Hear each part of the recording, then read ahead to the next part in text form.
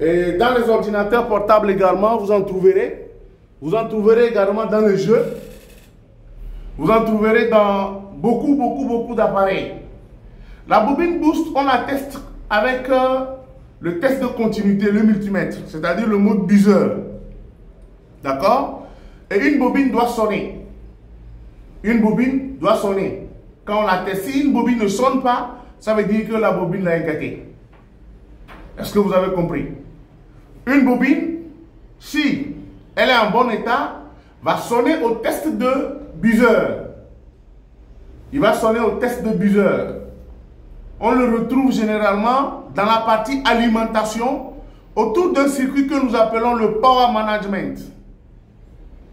On les retrouve dans l'alimentation, dans la partie qu'on appelle le power management. À côté du circuit appelé power management.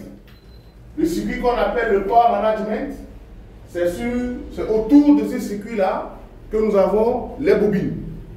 Donc les bobines sont généralement autour du circuit sur un smartphone qu'on appelle le power management. On l'appelle power management ou le PMU. D'accord? Power Management Unite.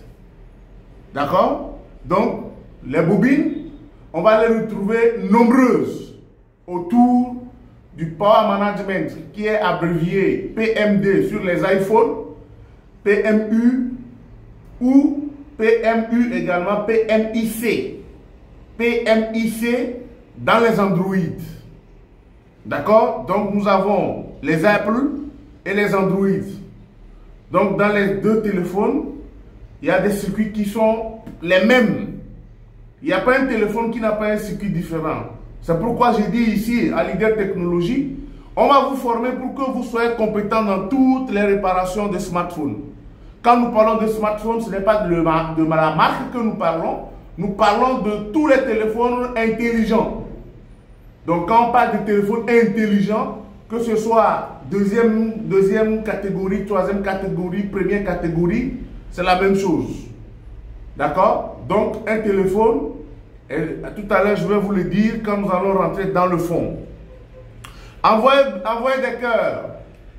Envoyez des cœurs pour que nous n'arrêtions pas le direct. Envoyez 1000 cœurs, 10 000 cœurs maximum. Nous avons 77 diapos à montrer. Si nous n'arrivons pas à 10 000 cœurs, je vais arrêter le direct. Vous êtes en train de nous regarder, vous envoyez 10 000 cœurs. Vous envoyez des j'aime. Autant de j'aime pour qu'on atteigne 10 000. Si on n'atteint pas 10 000, à un moment donné, quand ça sera intéressant, je vais couper le direct. Alors, sur le diapo, nous avons ce qu'on appelle les diodes. Ici, vous êtes en train de regarder les diodes. Et comme il existe plusieurs types de diodes, nous avons ici les diodes de redressement qu'on utilise dans les alimentations. Ici, vous avez le pont de diodes, vous avez les diodes linéaires, vous avez des diodes que nous utilisons également sur nos PC et nos ordinateurs portables à 3 pattes. D'accord? Vous avez également en bas, tout ce qui est en bas, vous avez des LED. Tout ce qui est en bas, tout ce que vous voyez en bas, ce sont les LED. Généralement, les LED, c'est ce que nous utilisons ou on utilise derrière nos téléphones qui sont les flashs ou les torches. Donc, quand vous voyez sur votre téléphone cette lumière blanche-là, c'est une diode. Et cette diode, c'est elle qui est utilisée pour les flashs. Quand vous allumez la torche la nuit, c'est cette diode-là. Tout ce que vous voyez en bas ici, là, c'est ça que vous voyez. Ensuite, sur le deuxième diapo, le diapo suivant, vous avez les condensateurs. Voici les condensateurs. Et sur les condensateurs, le rôle du condensateur, c'est d'emmagasiner la tension et de la restituer en cas de micro-coupure. C'est comme une citerne. Le condensateur fonctionne comme une citerne. Une citerne qui va emmagasiner de l'eau. Et quand l'eau ne va plus couler, on va l'utiliser. Et c'est comme ça qu'on utilise également les condensateurs sur nos cartes mères de téléphone, d'ordinateur, d'appareil. Alors le condensateur a deux modes de fonctionnement. Nous avons d'abord, on peut l'utiliser d'abord comme emmagasineur, c'est-à-dire citerne, ou comme on peut l'utiliser également comme filtre, pour filtrer. Et on a deux types de condensateurs. Nous avons les condensateurs polarisés, ce que nous avons en haut, d'accord, ce que vous voyez tous en haut là, ce sont des condensateurs polarisés que vous voyez. Ce sont des condensateurs polarisés miniatures de surface. Nous avions dit qu'il existe deux types de composants. Nous avons les composants traversants et les composants miniatures de surface. C'est ça, non? Donc, nous avons ici des condensateurs miniatures de surface.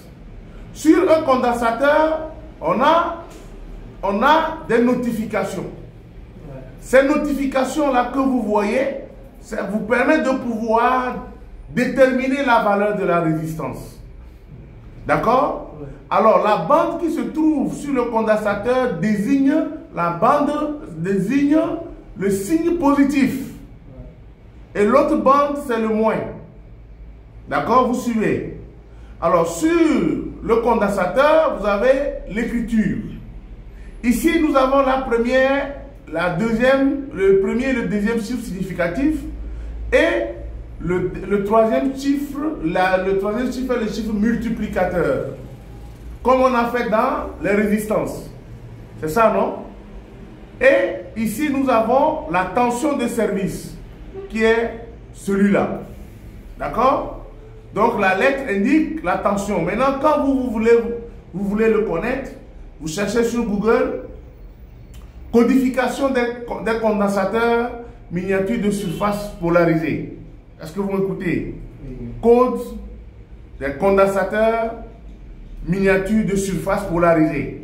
Et ensuite, comme nous avons vu ça dans le truc, dans le code EIA des résistances, vous verrez ce que E veut dire en termes de tension. D'accord? Donc, dès que vous cherchez, vous en trouverez. En bas, nous avons des condensateurs non polarisés. Les condensateurs polarisés n'ont pas la représentation du plus ou du moins. Vous voyez? Vous allez voir qu'on n'a pas de plus ou du moins. On ne voit pas plus, on ne voit pas moins. Tandis que ici, on représente quelque chose. On a le plus et le moins. Tandis que là, on n'a absolument rien. Donc, nous avons des condensateurs non polarisés. Et vous les retrouverez énormément sur les téléphones. Vous les trouverez énormément. Et dans le téléphone, vous allez le retrouver dans la partie alimentation. Et autour du composant que nous appelons le Power Management ou le PMD. Est-ce que vous suivez? On trouve les condensateurs non polarisés autour du composant qu'on appelle le PMD ou le PMU, c'est-à-dire le Power Management Device. Donc, dès que vous prenez une carte mère, que ce soit iPhone ou que ce soit Android, le composant autour duquel vous verrez beaucoup de condensateurs comme ceci, le composant autour duquel vous allez voir beaucoup de condensateurs non polarisés, c'est le Power Management Device. Ceux qui sont connectés, qui sont en ligne, vous nous suivez, vous nous regardez, nous vous demandons de toujours envoyer des cœurs. Nous devons atteindre 10 000 cœurs. Nous devons atteindre 10 000 likes. Nous avons 77 diapos. Et là, on a montré seulement que 8 diapos. Si vous voulez suivre vraiment le live jusqu'à la fin, atteignez les 10 000 cœurs. Si vous voulez suivre, allez jusqu'à la fin, atteignez les 10 000 cœurs. Sans les 10 000 cœurs, nous allons arrêter le direct au moment où c'est très intéressant. Voilà. Alors, nous continuons avec le diapo second. Sur le diapo second, nous avons les transistors. Voici les transistors. Le transistor est un composant électronique qui a 3 pattes. Comme vous le voyez à l'image, vous allez remarquer que nous avons des transistors ou bien des composants qui a 3 pattes. Et ces 3 pattes-là, que vous voyez, ont chacun un nom. Ont chacun un nom. Et le nom d'un transistor, c'est base, émetteur, collecteur. S'il s'agit d'un condensateur de type PNP ou d'un condensateur de type NPN, est-ce que vous suivez? S'il s'agit d'un condensateur de type NPN ou PNP qui est un bipolaire, alors on aura les pattes qui vont s'appeler émetteur, base et collecteur. Monsieur Papito, vous n'êtes pas inscrit, vous n'êtes pas étudiant et ce n'est pas possible qu'on puisse vous donner ce document. Ce support a été conçu pour notre formation. Vous venez vous former, vous venez vous inscrire. Hein, Monsieur Papito, ce support que vous voyez a été conçu par presque à 20 ans, 22 ans d'expérience dans le domaine. Donc ce n'est pas un support comme ça. Si vous êtes connecté, que vous vous envoyez les 10 000 cœurs, vous verrez qu'en bas, il y a encore plus intéressant. Et à la fin, vous pouvez réparer des téléphones portables. Vous pouvez réparer des ordinateurs portables. La prochaine section qui va se dérouler commence le 10 mai. Les inscriptions sont ouvertes pour vous. Voilà. Apprendre. C'est la meilleure façon de devenir bon et compétent. Donc nous avons deux types de transistors. Nous avons des transistors bipolaires et nous avons des transistors à effet de champ. Les transistors bipolaires ont comme nom ou comme dénomination PNP ou NPN, avec des noms de pattes comme collecteur, base, émetteur. Tandis que les transistors que nous appelons des transistors MOSFET, les transistors qu'on appelle des MOSFET, qui sont utilisés dans nos téléphones portables, dans nos ordinateurs portables, sont appelés des transistors à effet de champ, c'est-à-dire des field effect transistors ou des transistors à effet de champ. Dans ces transistors field effect transistors, c'est-à-dire FET, nous avons des transistors que nous appelons des MOSFET, des IGBT et des JFET.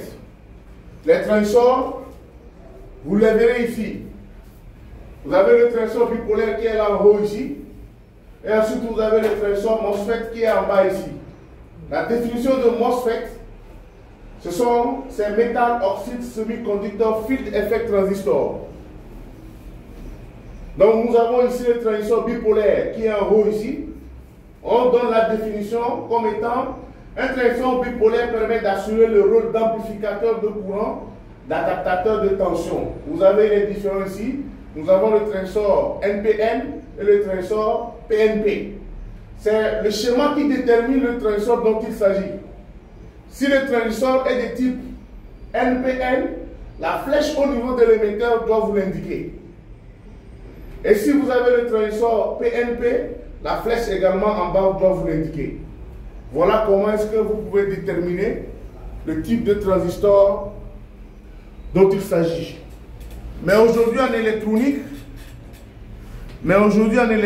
et dans nos appareils, la plupart des appareils sont conçus avec des transistors de type MOSFET. Parce que ces transistors sont très rapides en commutation. C'est pourquoi on les utilise sur le télé. C'est pourquoi on les utilise dans beaucoup d'appareils. Parce que leur commutation est très rapide. Vous voyez, donc vous tomberez sur des transistors. Je vous dirai plus tard, puisque nous sommes en live et beaucoup ne sont pas inscrits, sont là qui suivent, ils profitent. Je vous dirai un peu comment est-ce que nous pouvons déterminer le type de transistor dont il s'agit. Vous êtes connecté, vous êtes un abonné de Lydia Technologies, venez vous inscrire. La formation, c'est pour vous. Nous allons tomber sur les fusibles. Je vous montre les fusibles. Les fusibles, vous en aurez beaucoup sur les appareils. Les fusibles, faites très attention pour ne pas les confondre avec les résistances, les bobines ou les condensateurs. Faites très attention pour ne pas les confondre avec les résistances, les condensateurs ou les bobines. Parce que il y a certains qui sont de même couleur. À la différence des autres composants, les fusibles ont un marquage. Comme vous le voyez, les marquages sont dessus. FH, DI, 0, P, F, etc. Donc un fusible est marqué par F. Un fusible, on le reconnaît toujours avec la marque F. Sans valeur, vous ne verrez aucune valeur sur le truc.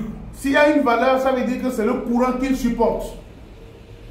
Si vous voyez une valeur mentionnée sur un fusible, ça veut dire que c'est soit le courant qu'il est capable de supporter.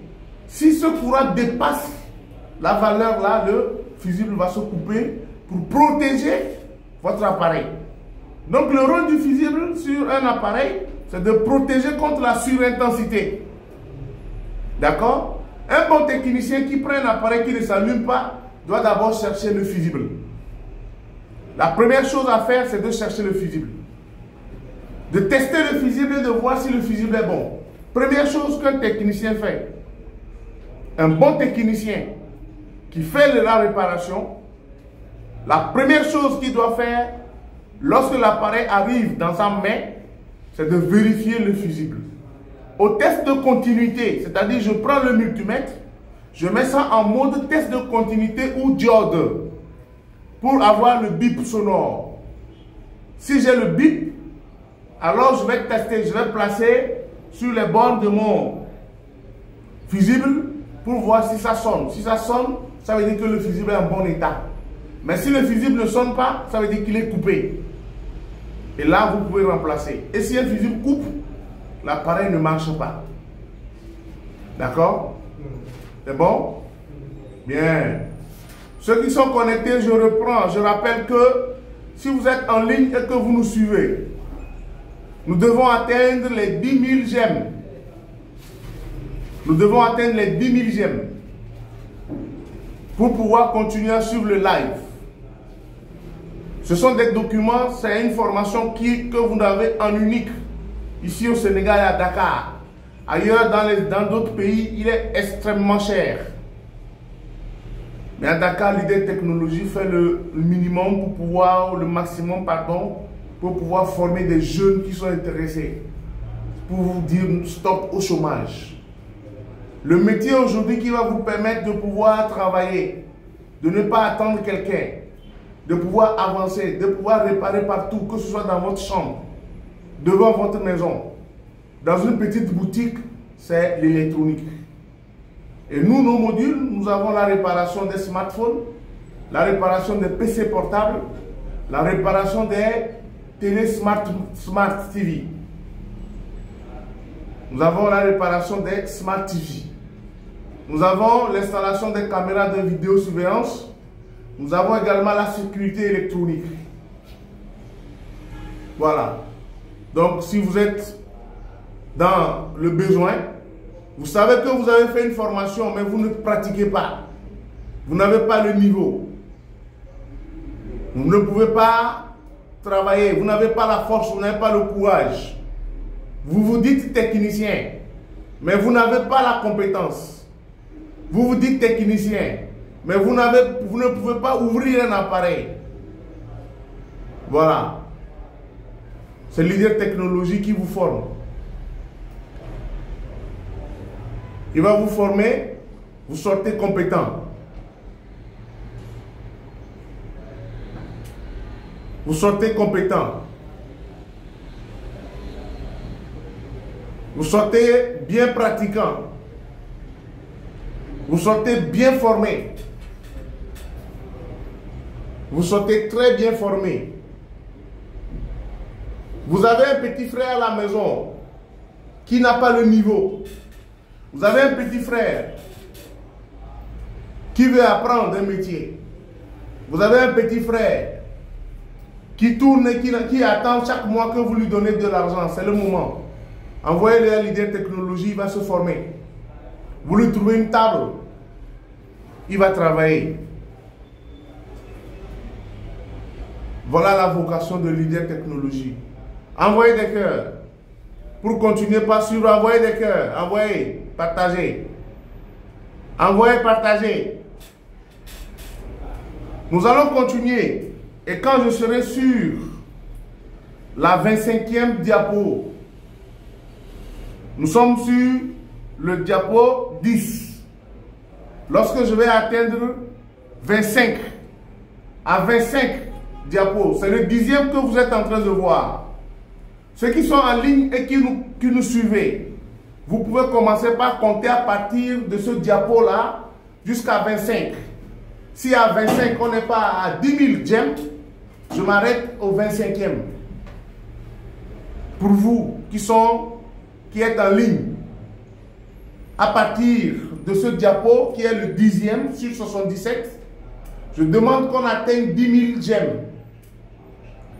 À 10 000 gemmes, je continue. Mais si à partir d'ici jusqu'au 25e, on n'est pas à 10 000 gemmes, je vais arrêter le live pour vous. Bien. Le second, le diapo qui va suivre sera le 11e. Voici le 11e diapo. À 25, les gars, vous comptez avec moi. Hein? À 25, vous me dites, et puis je coupe le live. Ici, vous avez le schéma d'un smartphone. Voici la configuration d'un smartphone. Un bon technicien doit pouvoir avoir ce schéma en tête. Parce que c'est ce schéma-là qui le permettra de pouvoir savoir à quel endroit précisément se situe chaque composant ou comment est-ce que le composant est constitué. Alors pour le schéma, en réparation des smartphones, il existe deux types de schémas. Nous avons le schéma synoptique. Nous avons le schéma synoptique. Vous suivez, hein? Nous avons le schéma synoptique et nous avons le schéma électrique. Ici, c'est un schéma synoptique. Et le schéma synoptique, c'est la représentation succincte d'un processus. C'est le schéma qui vous permettra d'avoir en tête la disposition de chaque élément. Et si vous avez ce schéma en tête, cela vous permettra de pouvoir, lorsque vous ouvrez un appareil, de savoir ce que vous devez toucher. Un bon technicien doit le maîtriser. Un schéma. Et c'est à partir de ce schéma que je vous ai expliqué le mardi passé, le schéma, le travail que vous devez faire pour rendre. C'est-à-dire le schéma que vous avez en haut là-bas avec les couleurs. Vous verrez quoi? Que directement nous avons le front LED et le back LED. Vous avez un schéma où nous avons les antennes sur la gauche. En électronique, le schéma se lit de la gauche vers la droite. Ça, vous le voyez. Le schéma se lit de la gauche vers la droite. Ça, c'est ce que vous êtes en train de voir. Le schéma se lit de la gauche en droite. En électronique, c'est ça. En électronique, le schéma se lit de la gauche vers la droite. Vous avez les entrées qui sont les antennes. Vous avez les sorties ici qui sont quoi? La mémoire, l'écran, les micros, les sensors, la caméra et ensuite les timing device. Ça veut dire que le signal rentre par ici et va sortir par la droite. C'est ce que vous avez également ici. La dernière fois que nous avons parlé. Les antennes sont ici, les sorties sont là. En électronique, on lit un schéma de la gauche vers la droite. On lit un schéma de la gauche vers la droite. Un schéma se lit de la gauche vers la droite. D'accord? Donc c'est un schéma synoptique que vous avez ici. Ça vous donne juste une représentation, une idée de comment est-ce que le smartphone que vous allez réparer, comment est-ce qu'il est. Et c'est à partir de ça que vous avez une idée avant de pouvoir ouvrir. C'est ce que je vous ai montré ici sur ce schéma que vous avez. Donc nous avons deux types de schémas. Nous avons le schéma synoptique et nous avons le schéma électrique. Le schéma synoptique nous montre seulement la disposition de chaque élément. Tandis que le schéma électrique nous montre les composants. D'accord?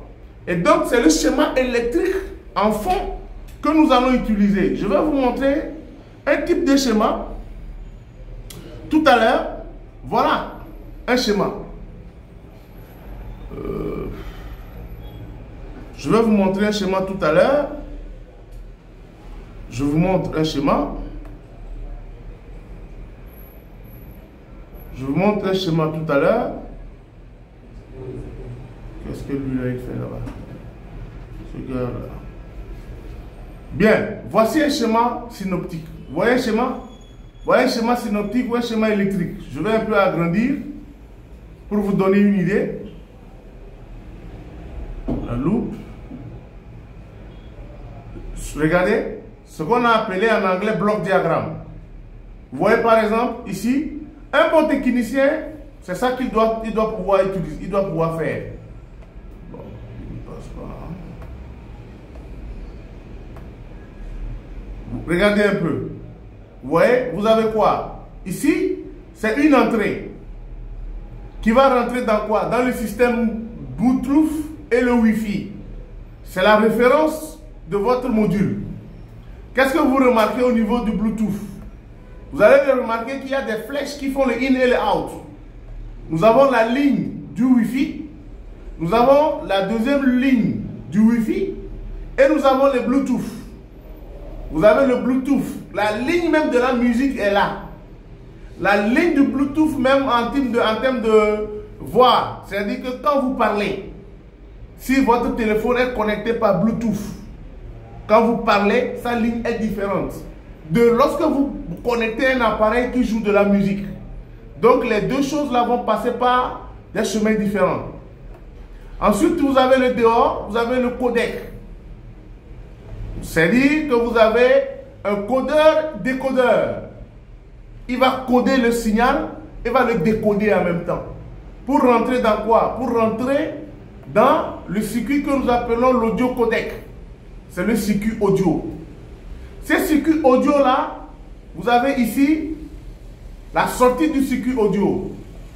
Qu'est-ce que vous avez ici? Nous avons les deux micros. Ou les deux micros. J'ai d'abord le main et le sub. Et ensuite j'ai le earphone. Est-ce que vous suivez? Nous avons d'abord le main et le sub. Et nous avons le earphone. Dans votre prise jack, quand vous prenez votre téléphone, vous mettez l'écouteur. Donnez-moi votre téléphone. Je vais expliquer ici. Quand je prends mon téléphone, j'ai quoi? J'ai la prise jack, c'est-à-dire là où je mets les casques, les écouteurs. C'est ça qu'on appelle le ear mic. C'est pourquoi on a le micro, on a le in et le out. C'est ça qu'on appelle ear mic. Ici. C'est la prise jack. On a le sub. Dans un téléphone, on a deux micros. On a le sub qui est en bas, ici, et on a le main qui est en haut. Dans une carte de PC, on a deux cartes. On a la carte main et on a la carte sub. Ici, vous avez le main dans un iPhone. Ça, c'est le main board. Parce que quoi? Il y a une autre carte mère qui va se connecter sur celui-ci en bas pour faire la charge. C'est ce que vous avez ici. C'est ça que vous avez ici, sur le Samsung. Voilà, j'ai le sub et j'ai le main.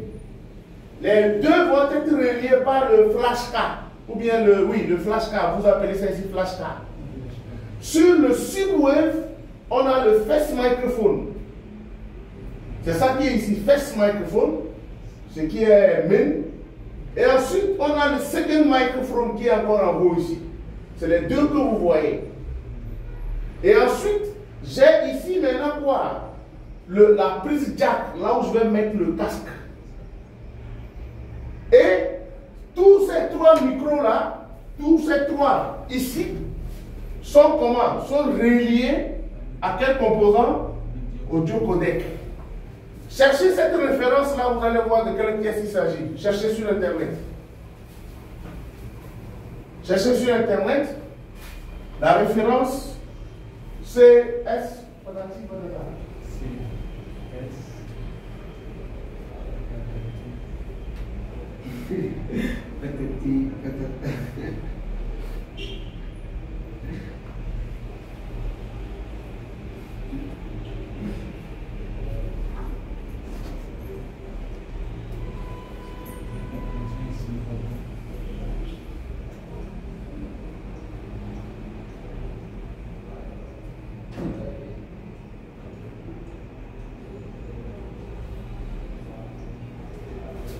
Monsieur, il faut quitter là-bas, moi je veux passer des. Monsieur, oui. Vous avez trouvé? Montrez-moi. Vous avez trouvé le circuit. Je vois. Montre, amène ça, je vois un peu. Voilà. Voilà le circuit qu'on cherche. Le voici. Voilà, le circuit C que nous sommes en train de voir, c'est CS47L83. Maintenant, L combien? L93, pardon. Maintenant, tu cliques dessus. Tu cliques maintenant sur une image pour voir maintenant la description. C'est le travail que vous avez à faire dans votre devoir à rendre. Vous voyez, non? Le devoir que vous devez rendre. Vous cherchez la référence, vous captez l'image, vous capturez l'image, et ensuite maintenant, vous cherchez la fonction, la description, c'est-à-dire la fonction c'est également la description.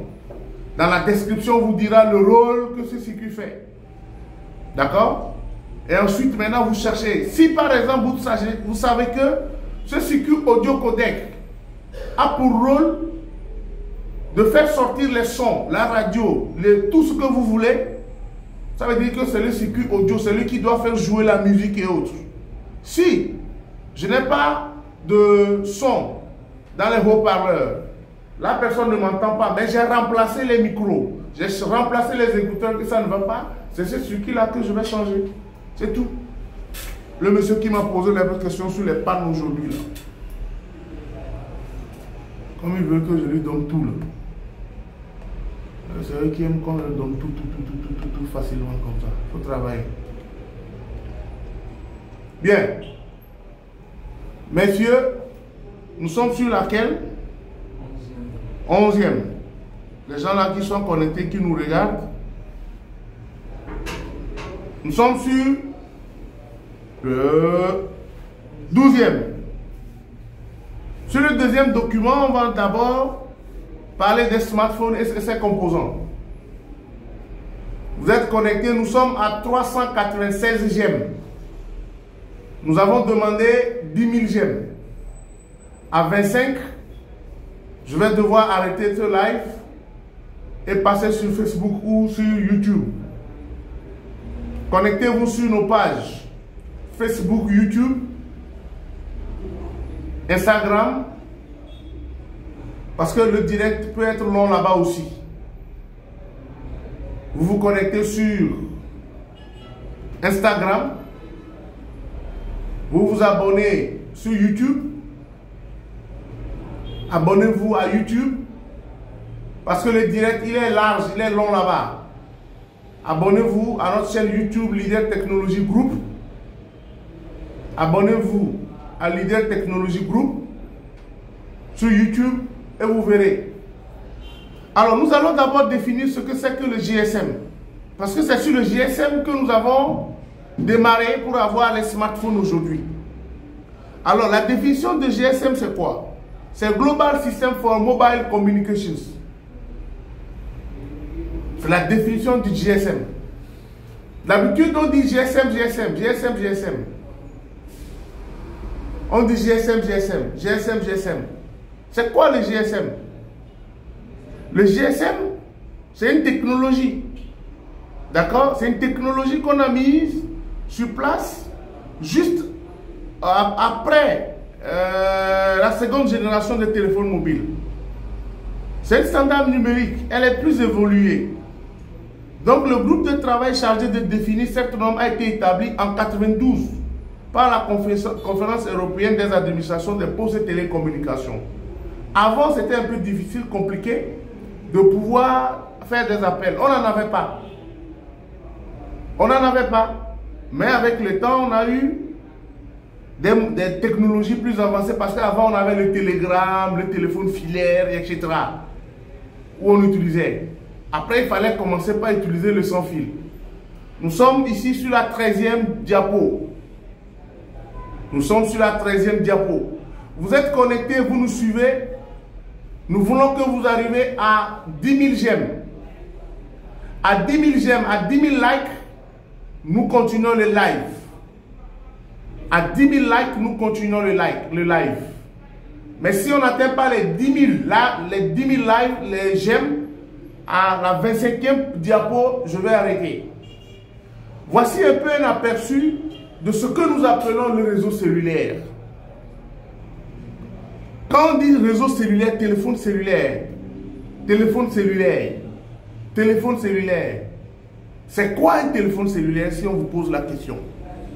À droite, vous avez la représentation d'un réseau. Et ça, ce cours, c'est le cours des ingénieurs normalement. Des ingénieurs en télécommunication. D'accord? C'est un cours qui touche l'ingénierie. Et de gauche vers la droite, on nous dit d'abord quoi? Dans le réseau GSM, chaque cellule principale au centre de laquelle se situe une station de base peut être divisée grâce à des antennes directionnelles en plus petites cellules qui sont des portions de celles de départ et qui utilisent des fréquences porteuses différentes. Ce qui veut dire que dans cette cellule-là que vous voyez, c'est en réalité ces cellules que vous voyez là, c'est le rassemblement de ces cellules-là que nous avons utilisé pour en parler, pour dire que nous avons un téléphone cellulaire. Pourquoi? Parce qu'ils partent d'une cellule à une cellule, d'une cellule à une cellule, d'une cellule à une cellule. C'est pourquoi on a donné le nom à notre téléphone cellulaire. Alors, qu'est-ce qui se passe? Quand nous prenons la ville de Dakar, on peut dire qu'elle est subdivisée en plusieurs quartiers, banlieues. Et ces banlieues sont distantes l'une de l'autre en termes de longueur de distance, de kilomètres. Si nous prenons par exemple Dakar même, Dakar est subdivisé en quartiers. Les quartiers qui sont Médina, Yoff, Wakam, Bentali, Nyaritali, Parcelles, vous voyez un peu. Ce sont un peu les quartiers. Mais dans chaque quartier aussi, on va dire que les quartiers seront divisés aussi en petites cellules. Quand nous prenons par exemple le quartier Médina. Quand vous arrivez à Médina, vous allez voir les Gueule Tapée, vous allez voir Centenaire, vous allez voir Koloban, je sais pas, vous allez voir Rebus, je sais pas, comment ça, vous allez voir Sam. Tout ça là, ils englobent pour dire Médina. Ou bien, maintenant, dans chaque cellule quartier se trouvent des antennes. Ces antennes-là, nous revenons ici. Ici, vous avez votre téléphone mobile. Ici, vous avez votre antenne que nous allons appeler BTS. Une antenne dans votre quartier s'appelle BTS. C'est ça que vous voyez dans les maisons, sur les toits des maisons. C'est ça qu'on appelle des BTS. Et le BTS veut dire Base Transceiver Station. Ça veut dire que c'est le BTS qui va chercher le signal de votre téléphone. Quand vous êtes arrivé ici, c'est là, votre téléphone émet. Avant-hier, je vous avais dit ça. Que dans votre téléphone, vous avez un émetteur et un récepteur. Il émet des petits signaux à faible puissance. L'antenne qui se trouve dans le quartier va le localiser. Donc, quand un appel veut venir vers vous, c'est la BTS qui vous reçoit. Et une fois que la BTS vous cherche, vous trouve, il fait la commutation. Donc, dans ce principe que vous avez ici, que je ne vais pas expliquer, qui appartient aux techniciens et aux designers, il est un peu plus gros.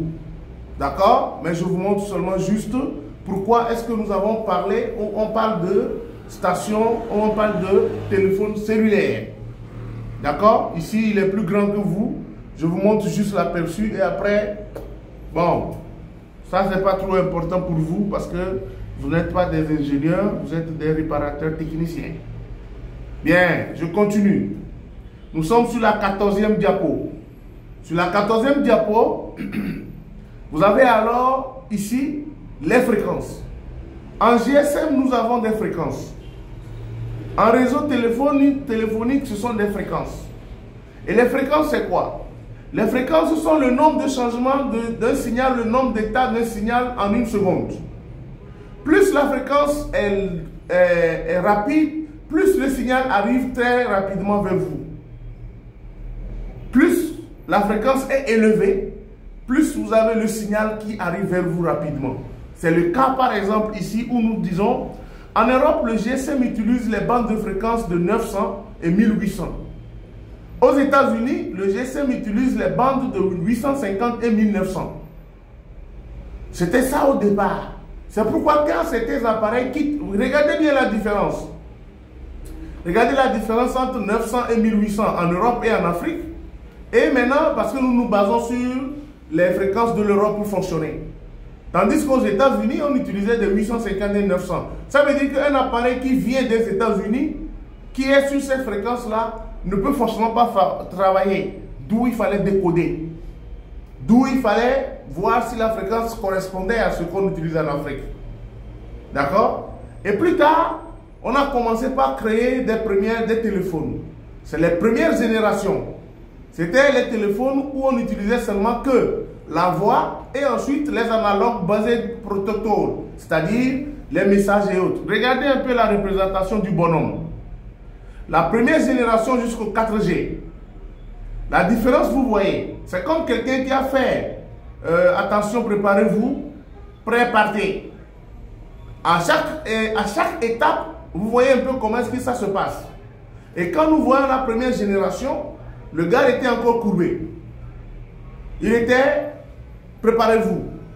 À la deuxième génération, il s'est levé, où nous avons la voix, nous avons beaucoup de choses qui sont venues s'ajouter. À la troisième génération, on pouvait prendre des photos. Parce qu'à la deuxième génération, on ne pouvait pas envoyer de photos. On ne pouvait rien faire. On n'envoyait seulement que des SMS. Mais à la troisième génération, on a fait quoi? On a commencé par envoyer des MMS. C'est-à-dire des multimédia services. On pouvait envoyer des photos, on pouvait envoyer un peu de la vidéo. C'était à la troisième génération. Là, la personne déjà était à une vitesse. D'accord? Et lorsque nous sommes arrivés à la quatrième génération, regardez une personne qui doit sauter la haie. Il faut que cette personne prenne une bonne vitesse pour pouvoir s'élancer et sauter. Voilà là où nous sommes aujourd'hui. C'est pourquoi il arrive que lorsque nous envoyons des émissions et réceptions en 4G, c'est plus rapide pour nous. On envoie des photos, on a fait des appels vidéo, c'est plus rapide. Imaginez maintenant, on n'a pas encore la 5G, il y a la place de la 5G qui est là. Si on amenait la 5G, quelle pouvait être la vitesse à laquelle nos photos, nos vidéos, nos voix, nos caméras peuvent fonctionner? Vous voyez un peu. David Chakou, merci beaucoup. Merci de nous aider, de nous accompagner. Merci encore à vous. Nous luttons aujourd'hui pour dire stop au chômage en formant les jeunes dans la réparation des smartphones, dans la réparation des PC portables, dans tous les domaines technologiques. Ceux qui sont intéressés par la formation, nous avons une section qui va commencer le 10 mai. Les inscriptions sont déjà en cours. Pour les informations, vous nous écrivez sur le 77 767 51 52. Vous nous écrivez sur le 767 51 52. Et puis, vous avez des informations. À gauche, ici, nous allons voir une représentation des fréquences. Je vais zoomer un peu pour vous, pour que vous puissiez voir. D'accord? Voilà, je vais zoomer un peu pour vous, pour que vous puissiez voir. Voilà un peu. Alors, au départ, on avait la fréquence 800 MHz. Regardez la différence entre l'écart des modules, des signaux. De 800 à 1800. Regardez un peu l'écart. Il y a encore un peu de brouillard. Ce n'est pas trop clair. Entre 1800 et 2100, c'est-à-dire la 4G qu'on utilise aujourd'hui, voilà un peu ce qu'on a. Vous voyez un peu? C'est un peu plus clair. Les fréquences sont un peu plus rapides que entre 800 et 1800. Vous suivez?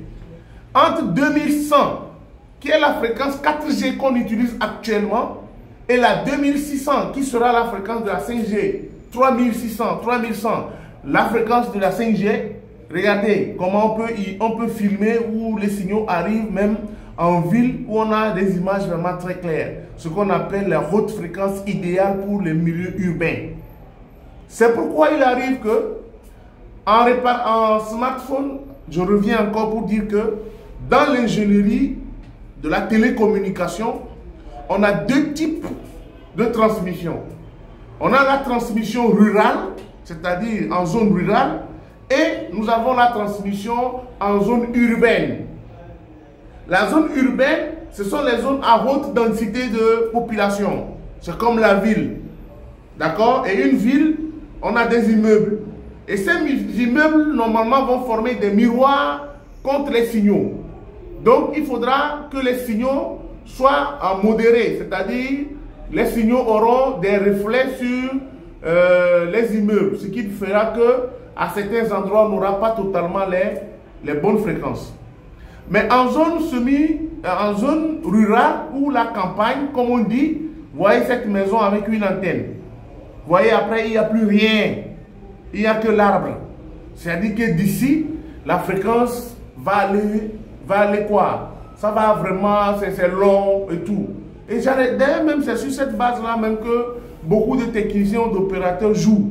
C'est pourquoi quand vous sortez un peu de la grande ville pour aller vers les autres villes là, vous voyez que le signal se perd. Vous ne trouvez plus la 4G sur votre téléphone. Vous allez voir 4G, 3G. Ça fait quoi? Ça part, ça revient.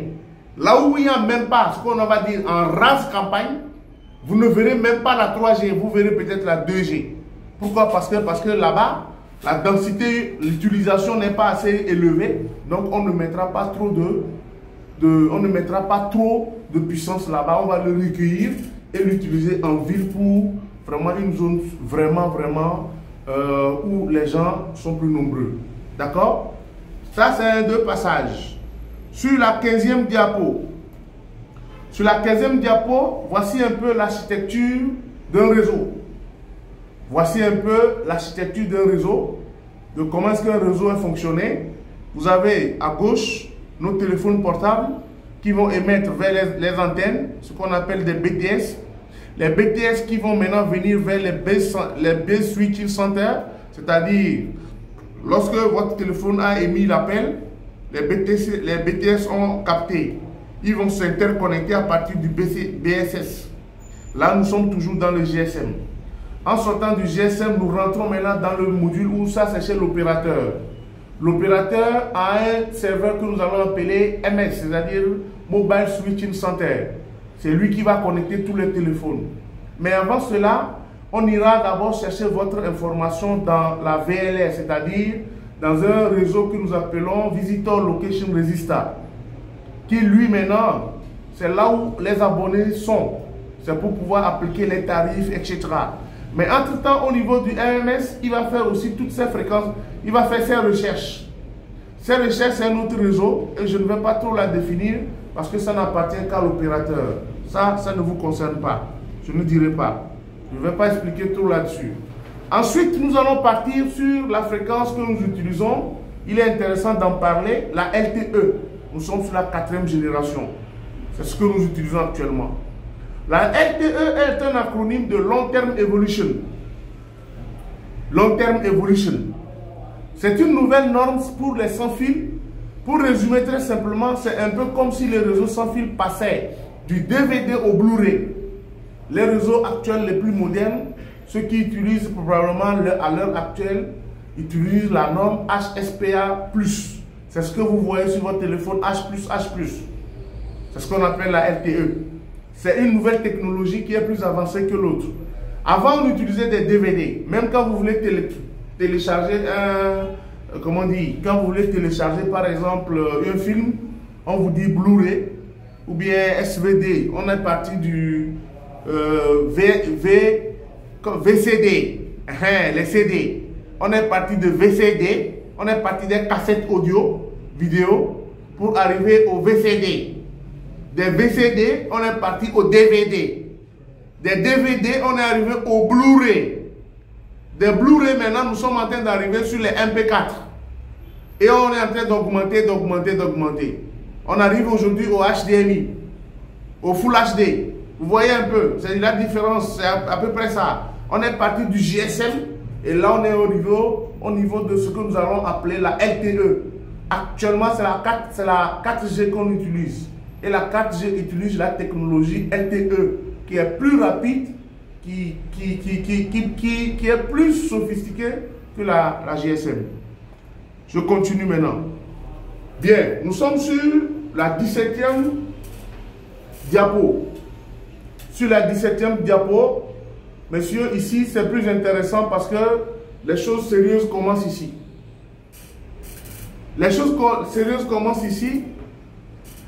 Nous allons parler des composants principaux du PCB. Les composants principaux. Ces composants-là, c'est ce qu'on retrouve sur les smartphones. On a d'abord sur le main IC. Ce sont les main IC, c'est-à-dire les composants les plus essentiels. D'accord? Ces composants essentiels, c'est l'antenne switch. C'est le PFO qui est également appelé PA. C'est le RX et le TX. C'est le RFIC. C'est le VCO. C'est le cristal. Ensuite, au milieu, nous avons le Power IC, le RTC. Nous avons le circuit audio. Nous avons le circuit de charge. À gauche, on a le CPU, c'est-à-dire le processeur. Nous avons la RAM. Et nous avons les flashs, que nous allons appeler ROM. Mais aujourd'hui, dans nos téléphones portables, on n'a plus de RAM et de ROM. On a ce qu'on appelle IMCC. Ça veut dire qu'on a combiné RAM et Flash IC pour faire un qu'on a appelé IMMC. D'accord?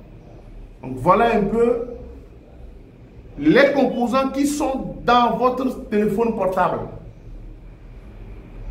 Les téléphones qui sont dans votre... Les composants, principaux qui sont dans votre smartphone que vous ne devez pas toucher ou que vous devez toucher uniquement que lorsque vous avez des problèmes qui sont liés.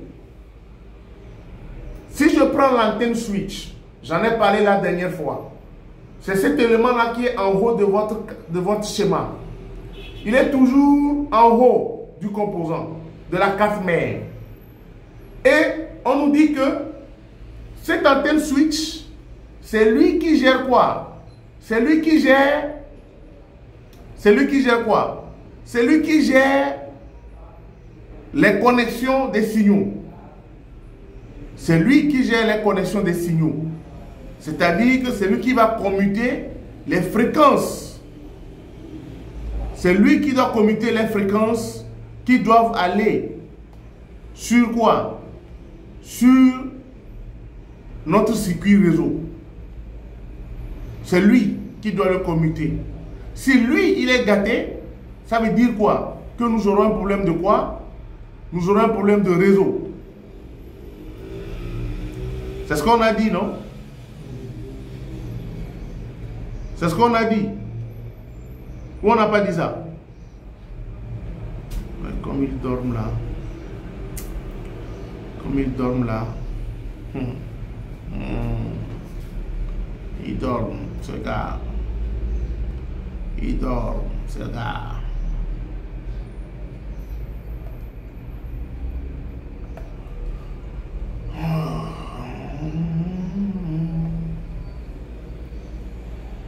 Voici un schéma. Voici un schéma d'un smartphone. Voilà. Voici un schéma complet d'un smartphone. Voici un schéma complet d'un smartphone. Et quand vous regardez ce schéma, normalement vous devez trouver l'antenne switch, puisque on a tout qui est détaillé. On a tout qui est détaillé ici. Si je regarde très bien, je verrai que tout est détaillé, de gauche vers la droite. On nous a dit que le schéma se lit de la gauche vers la droite. On nous a dit que le schéma se lit de la gauche vers la droite. Ce n'est pas un mot d'arabe, hein, monsieur Faisal. Je t'ai vu faire comme ça. C'est comme ça. C'est de la gauche vers la droite. Et quand je prends de la gauche vers la droite, toujours, j'ai les antennes à gauche. C'est ça que vous avez ici. Ce que vous avez ici, là, c'est ça qui est là, qui est plus développé. Qui vous montre les composants. Les antennes sont là. Toute cette partie, on appelle ça RF part. Toute cette partie que vous avez ici, c'est la connectivité. C'est ça que vous avez là, en jaune. Toute cette partie AP, c'est l'AP que vous avez eu la dernière fois, messieurs. C'est lui qui est là. Ensuite, vous avez le PMC, ici. On a dit Power Part. C'est elle qui est là, ici, Power Part. Et ensuite, maintenant, vous avez ici les différentes sorties. Regardez très bien, ne dormez pas. Vous êtes en train de dormir. Le coup que je fais là, vous avez tous dormi. Pas de notes, pas de photos, rien. Et ça, vous allez payer très cher.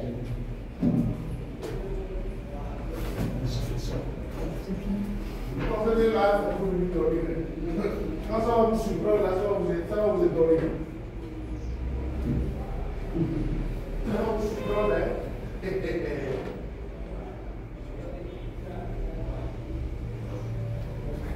Ça va vous surprendre ici, là. Vous allez dire non. Ici, on est là, ok.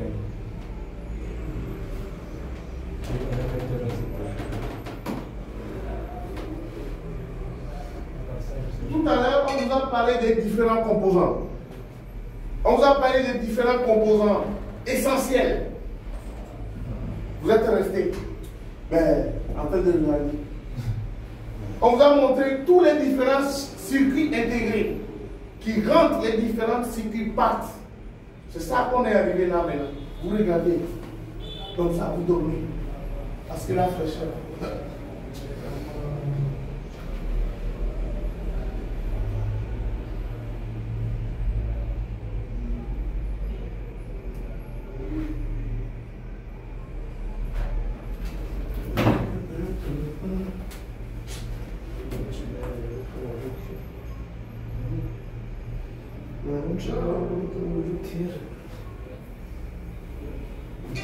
Não funciona há 2 anos. Ainda há 2 anos.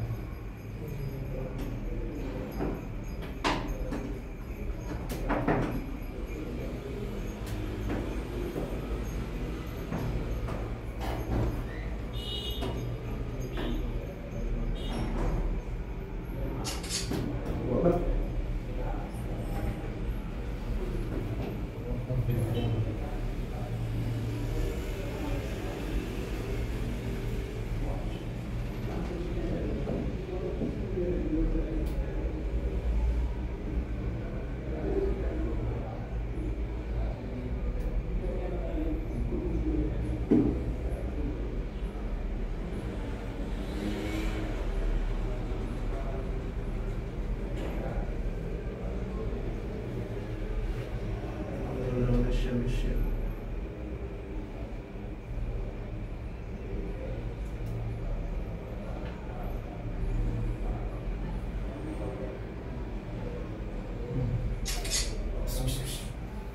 Isso é uma beleza. Como? E brevemente. Já vou para com dura, vou corrigir.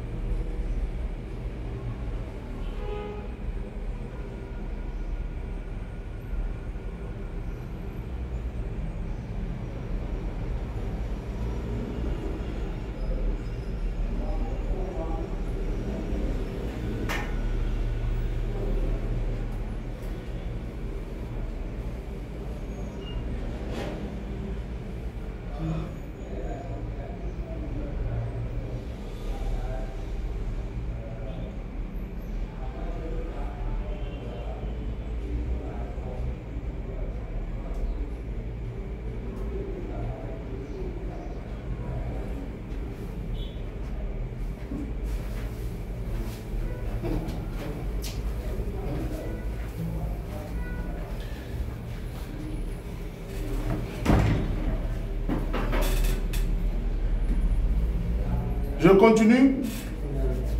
Je continue. Je continue. Vous avez le schéma. Et sur ce schéma, nous allons voir les différentes parties. Nous avons, normalement, sur les différentes parties, nous avons une représentation rapide d'un téléphone portable. C'est comme ceci, sur le schéma que vous voyez, messieurs, que notre téléphone portable est constitué. Ce sont les différents composants essentiels de mon smartphone. C'est ça là que le technicien doit connaître d'abord, avant de commencer par toucher. C'est celui-ci que le technicien doit maîtriser avant de vouloir réparer.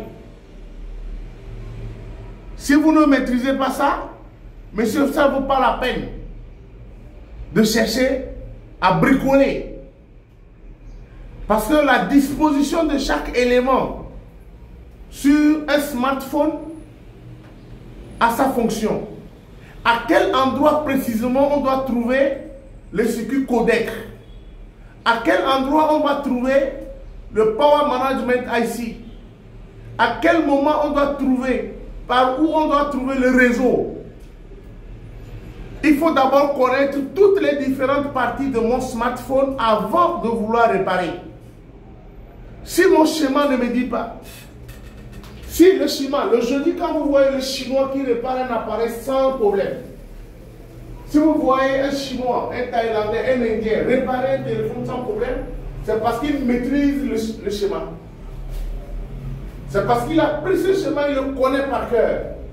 Il sait à quel endroit se trouve la partie réseau. Voici toute la partie réseau qui est là. Cette partie réseau est directement reliée à quoi? Il est directement relié à quoi? À mon microprocesseur. Ensuite, j'ai la partie connectivité. J'ai d'abord quoi? J'ai ici le Bluetooth et le Wi-Fi. J'ai le NFC. C'est ce que nous avons utilisé. Toute cette partie-là, c'est la connectivité. C'est elle que vous avez en jaune ici. Et ensuite, après, vous avez les parties sensors. Les parties sensors, vous avez les détecteurs d'approche qui vous permettent d'économiser l'écran quand vous avez votre oreille.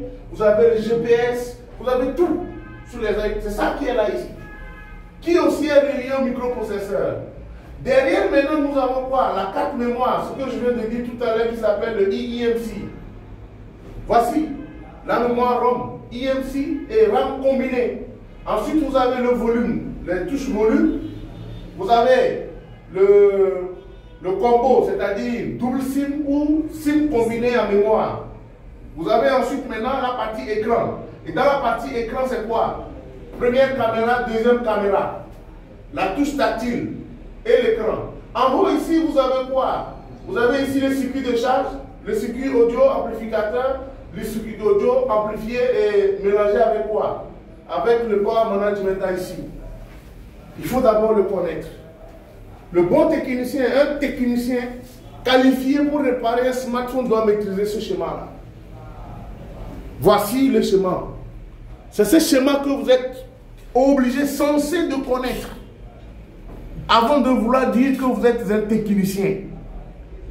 On ne se lève pas et puis on commence par réparer. Non. On ne prend pas la carte mère et on chauffe. Non. Et ici, vous ne devez pas. Il ne doit pas sortir dans votre bouche. Je vais essayer. On n'essaye pas ici. Soit tu connais, soit tu ne connais pas. C'est comme ça.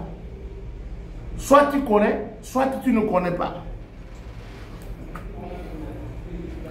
Voici un peu à peu près, après avoir vu ce schéma détaillé, voici à peu près sur le téléphone, voici la carte mère. Tout ce qu'on vient de voir tout à l'heure, c'est ça qui se trouve sur la carte mère. Partie A, partie B. Voilà. Partie A, partie B. Et ensuite, on commence maintenant la méthodologie. Qu'est-ce qu'on a besoin pour pouvoir faire la réparation?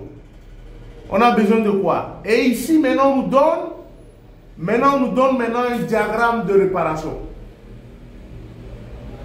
On nous donne le diagramme de réparation. Si par exemple, je fais le power on, est-ce que le téléphone s'allume ou ne s'allume pas? Si le téléphone ne s'allume pas, le rouge m'indique ce que je dois faire. S'il ne s'allume pas, ce que je dois faire aussi, il me dit, etc. jusqu'à la fin. Voici le diagramme de résolution des pannes. Si entre-temps, je vais checker un signal et que le signal n'est pas correct, quelles sont les choses, les composants que je dois mesurer? Quels sont les composants que je dois tester? Tout ceci, c'est qui? Je dois tester. Si je teste, ça ne marche pas. C'est tout ça là qui est là. Messieurs, ce n'est pas de la blague.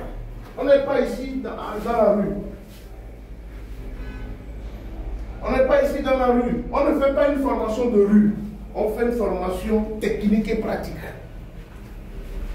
On fait une formation technique et pratique. Pour la formation technique et pratique, il faut apprendre les bonnes méthodologies. Il faut s'asseoir et apprendre. Ce n'est plus du banana, les gars. Hein? Bien. On va continuer. Ensuite, je vais revenir un peu sur mon... Voilà. Je vais revenir. Voici les circuits principaux que je viens de citer tout à l'heure. Ces circuits que je viens de citer, que je viens de voir dans mon schéma, les voici. Ce sont les différents circuits. Tout à l'heure, voici les circuits que nous avons cités. Ce sont les circuits-là qu'on doit retrouver sur mon smartphone. Et si j'ai ces circuits-là, ça me permettra de savoir comment les vérifier, comment savoir s'ils sont bons ou pas. S'ils sont bons, je vais continuer. S'ils ne sont pas bons, je vais arrêter. Ensuite, sur le diapo,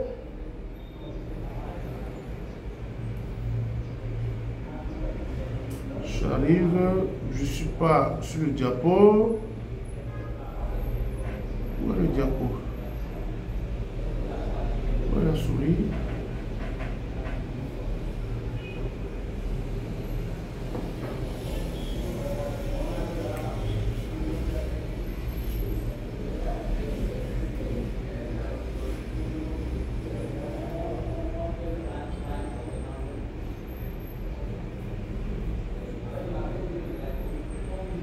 Voilà, j'y suis. Alors ici, le 17e, ça c'est ce que vous devez faire normalement. Le 17e diapo, je le fais en anglais. Ça c'est ce que vous devez faire. Antenna switch if is found in this. Oui. Pour la passe qui vient de... C'est pourquoi?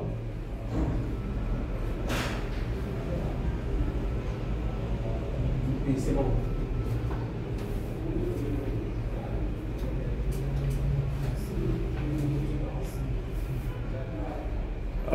Désolé, nous sommes en direct, donc nous ne pouvons pas répondre aux appels actuellement. Donnez-nous juste quelques temps pour pouvoir appeler. Donc vous pouvez faire les appels juste après la fin du live. Hein? Désolé, hein? Désolé. Nous allons recevoir les appels à la fin du live. S'il vous plaît. Bien. Ici, nous parlons des différents composants et leurs défauts. C'est en anglais, mais je ne vous laisse pas. Je ne vais pas expliquer maintenant, puisque vous devez me rendre votre devoir avant de parler. Voici ici maintenant, sur une carte mère, les différents composants. Ce sont ces composants-là que vous devez normalement faire quoi? Que vous devez normalement chercher et parler de ça. Voici les cartes. Donc ce sont ces cartes, c'est comme ça que vous devez faire. Vous allez voir qu'on a ciblé les différentes cartes. D'accord? On a ciblé les différentes cartes. J'ai le Power Management. J'ai le Power Management qui est là, PMU. J'ai le Speaker Amplifier qui est là, le circuit audio.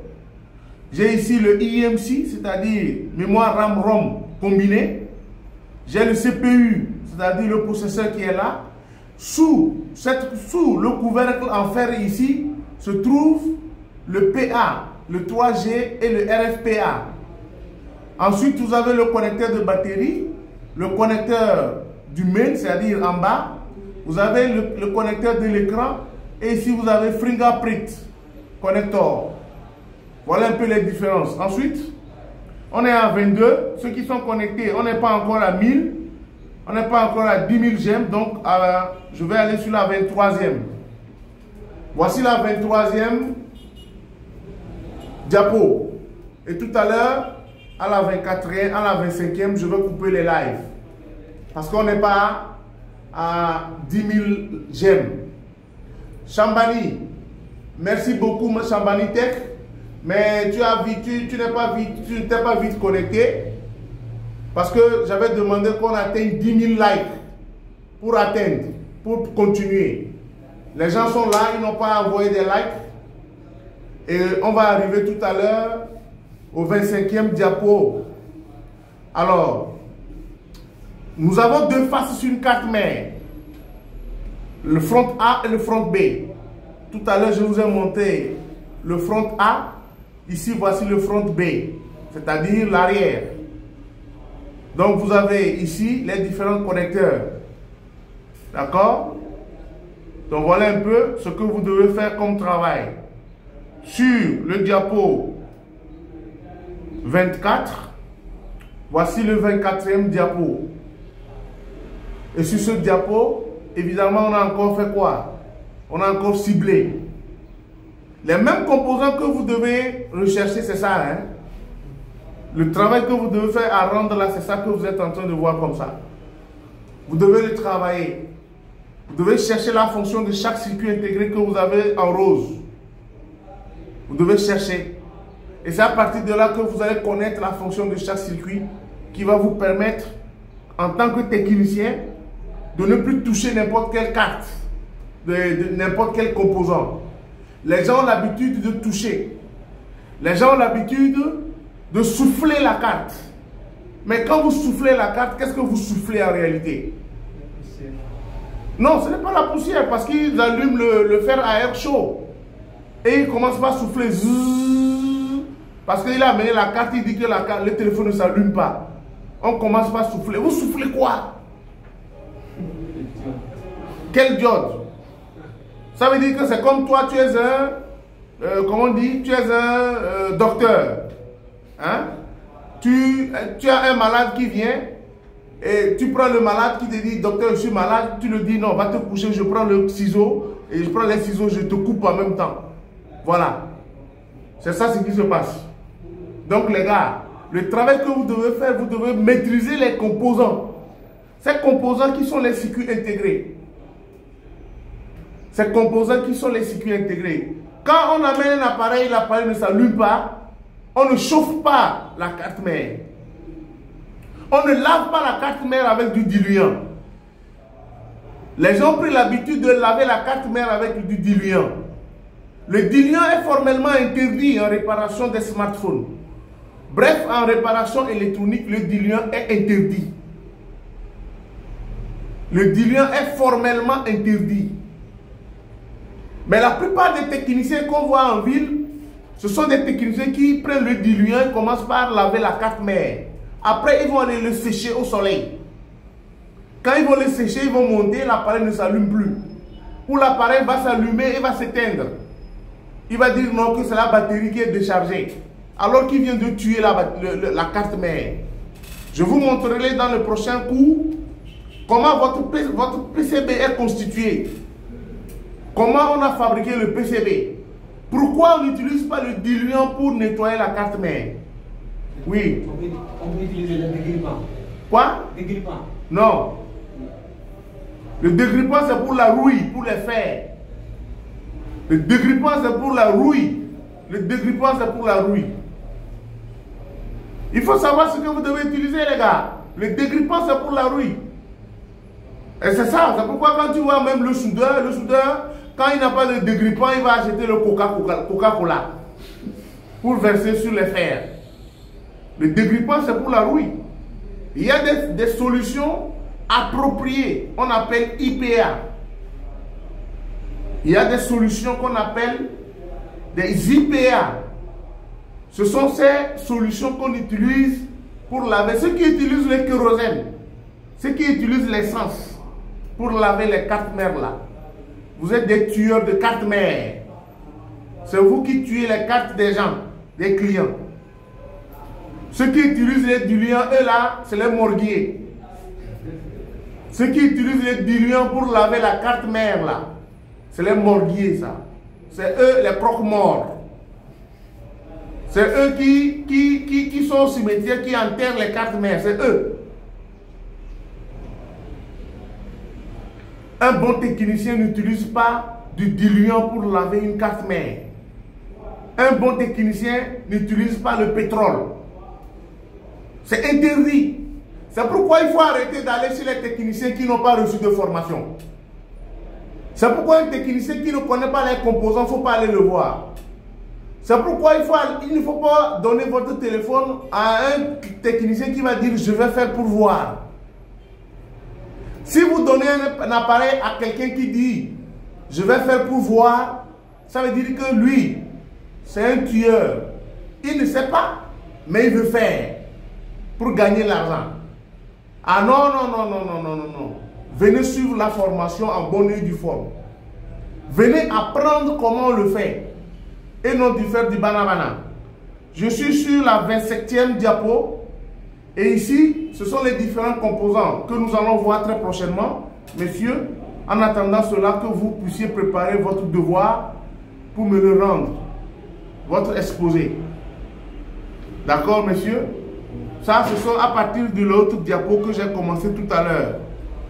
Le diapo là, normalement, je devais le commencer si vous avez rendu. D'accord? Donc, tout cela, vous me le remettrez quand, messieurs, vous pourrez déjà être prêts pour me rendre mon truc, le machin, la semaine prochaine. Bien, voilà. Donc, sur cela,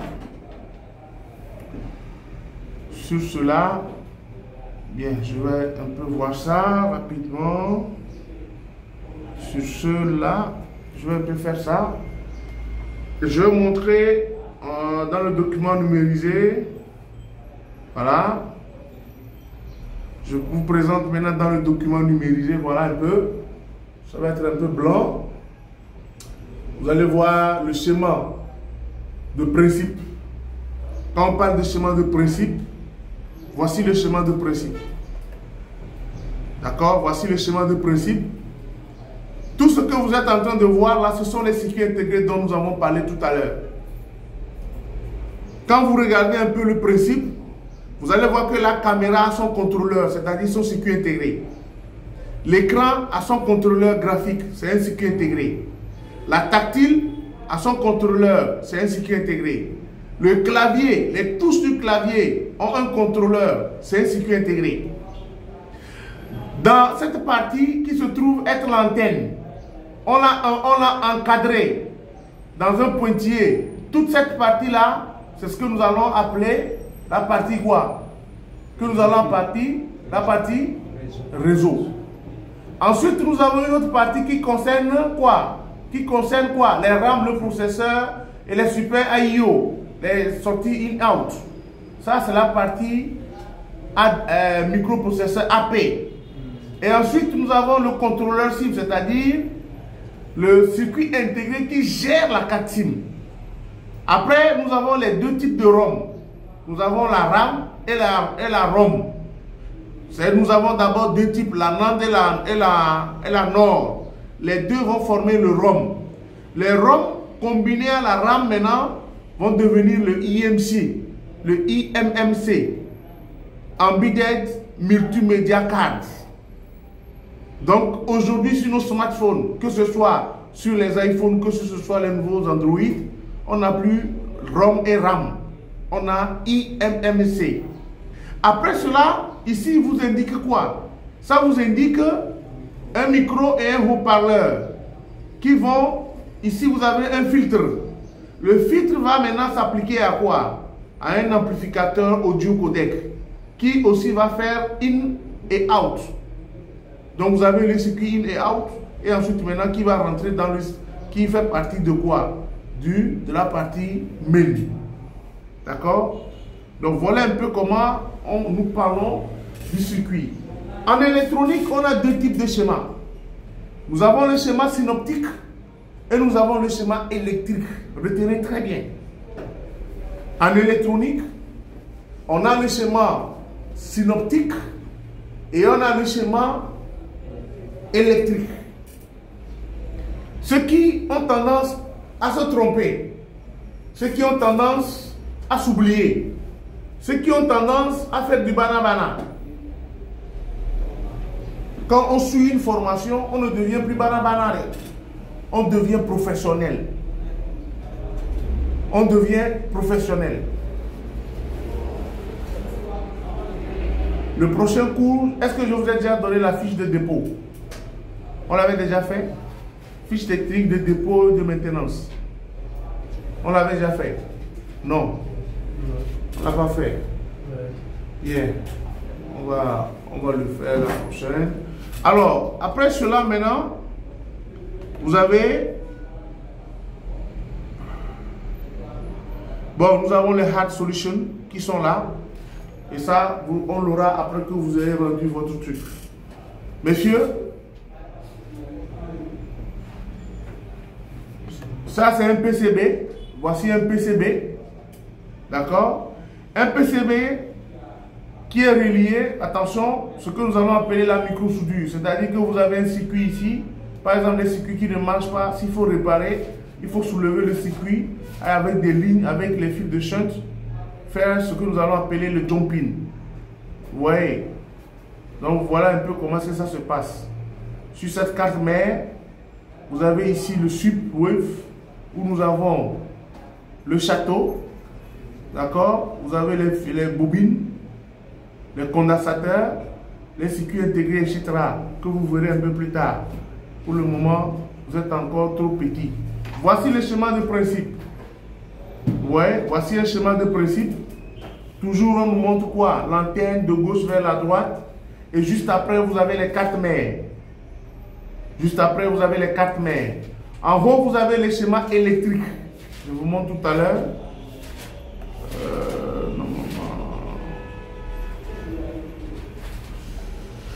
Il faut qu'il se charge.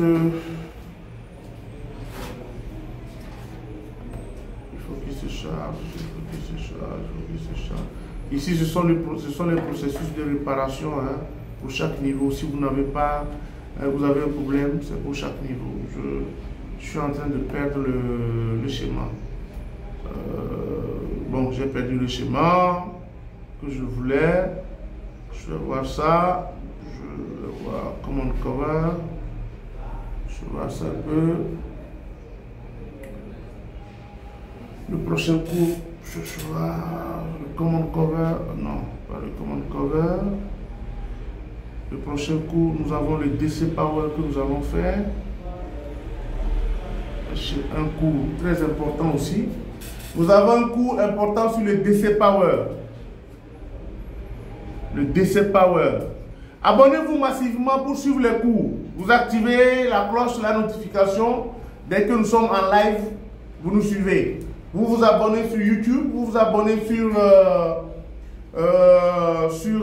Instagram, vous activez la flèche et dès que nous commençons, vous pouvez suivre. Donc voilà, ceux qui sont abonnés, pour aujourd'hui, je crois que je vais vous dire merci. Vous dire à très bientôt parce que nous allons déconnecter. Bien, nous allons vous dire à très bientôt. On se voit peut-être le soir pour le cours. Ici toujours l'affiche. Je suis en train de chercher le truc.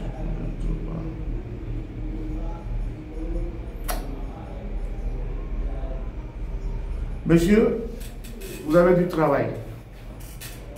Vous avez du travail, hein? Vous avez beaucoup de travail à faire. Prochain cours quand? Le prochain cours c'est samedi. Bon après-midi à vous. Monsieur, allumez s'il vous plaît. Merci à vous, les gars. Merci à vous encore. Merci de nous avoir suivis. Vous n'avez pas atteint les 1000 j'aime. Vous n'avez pas atteint les 1000 j'aime, ceux qui étaient connectés. Donc je vais m'arrêter pour vous ici. Je vais vous dire merci. Qui n'ont pas atteint les 1000 j'aime. Voilà. On n'a pas atteint les 1000 j'aime.